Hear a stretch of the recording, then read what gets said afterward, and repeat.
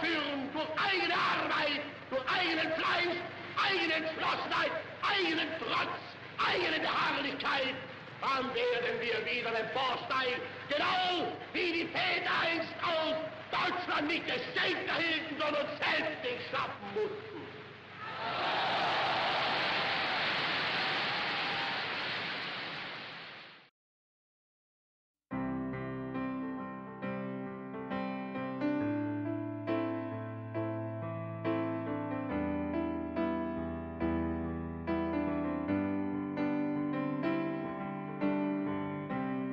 Aaron Hurwitz was born in Kassel, Germany in 1920 to a middle-class religious Reformed Jewish family. He lived with his parents, Jacob and Lily, and his brother Jonah, who is 5 years younger than him. From an early age, Aaron was treated equally by his peers and was not discriminated against for being Jewish. Some of his early hobbies included drawing and reading, and he was a very bright boy with an even brighter future. When Aaron was in high school, Hitler's reign of terror began with the creation and discrimination of the other, or any non-Aryan German citizens. German newspapers added fuel to the fire, such as the Der Stürmer calling them criminals, murderers, and devils in human form. Aaron and his family, of course, fell into this other group. Hitler started with smaller, minor restrictions placed on Jews and other minority groups, but they continued to build until the Nuremberg laws were put into effect, which placed severe limitations on the amount of control Jews had over their lives. From then on, Aaron and his family were completely dissociated from the rest of the German population. Aaron's non-Jewish friends not only were no longer his friends, but clear outright hatred existed against him. Aaron was kicked out of his school, and none others accepted him, and he had to live his life in constant paranoia and fear. As one can imagine, this incredible change in lifestyle was very hard on Aaron, and it culminated in seeing his brother beat up by kids who used to be Jonah's friends. The damage to Aaron's mental psyche was severe, and from then on his hatred for Hitler and the new German regime would never relinquish. As the discrimination against Jews came full circle, Aaron witnessed the full effects of what was going on around him, even though he was only in high school at the time. In addition to seeing his brother beaten, his family suffered a severe lifestyle downgrade, as they were kicked out of their sufficient house and moved into a much smaller, less convenient one. He secretly witnessed some of his parents' conversations, and they talked about possibly trying to flee the country and make a run for the coveted United States, where freedom of religion was respected and discrimination was non-existent.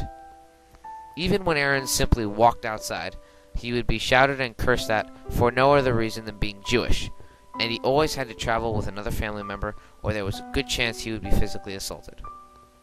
The anti-Semitism Hitler started extended to all Aryan Germans, and the hatred portrayed was almost indescribable.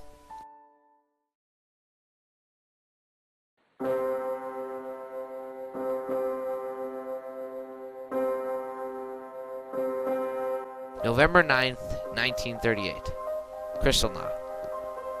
The Night of Broken Glass, as it came to be known, took place when Aaron was 18 years old. This event changed Aaron's life forever. His house, along with many others, was burned down completely, and worst of all, his brother Jonah was taken away from the rest of his family during the chaos. No one knew where he went or who took him, and to this day his whereabouts remain unknown. Jonah's disappearance shook the family emotionally and mentally, and they never recovered from this devastating occurrence. Aaron was a wreck, as he had grown very close with his brother and couldn't bear to be separated from him. Soon after Kristallnacht, the ghettoization of Jews began. Jews were forced away from their homes and sent to live in confined, walled-in areas designated for only Jews. Aaron and his family had been living in an uncle's house since Kristallnacht, and now had to live with 5 other relatives in one small house in the ghetto. Living conditions in the ghetto were brutal. It was incredibly overcrowded, and many people died of sickness and starvation.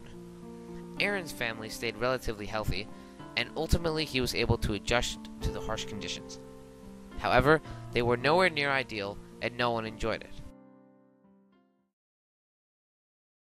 After living in the ghetto for several years without much incident, In 1942, the Germans began the removal process of Jews in the ghettos. Aaron's ghetto was emptied soon after this process began, and Aaron and his family had to leave all their valuables behind. They were hopeless, worthless, and weren't in control of their own lives. It was a nightmare scenario that was only going to get worse. After walking away from the ghetto on a seemingly endless road for a period of time, the men were separated from the women, and it was at this time that Aaron saw his mom for the last time. He remained with his dad throughout this process, and they were both selected to work at a labor camp, due to their healthy physical stature. During this time, Aaron had a 5-digit number tattooed on his forearm, where it would stay forever. 91485. They traveled on an overcrowded train car to a concentration camp in Auschwitz, where they arrived in late 1942. They were both selected for labor at the Auschwitz III Monowitz concentration camp, and this is where Aaron and his dad would live for the next 3 years. The conditions were unspeakably horrendous. Multiple people crowded into a single bunk bed, work days lasted 12 hours every single day, and he witnessed beatings and torturings almost unimaginable. Aaron saw all kinds of Nazi officials who regulated the work, and while the vast majority of these officers were cruel and cold-hearted at their core, Aaron met a few who truly didn't like doing their work, and only did it because orders were orders.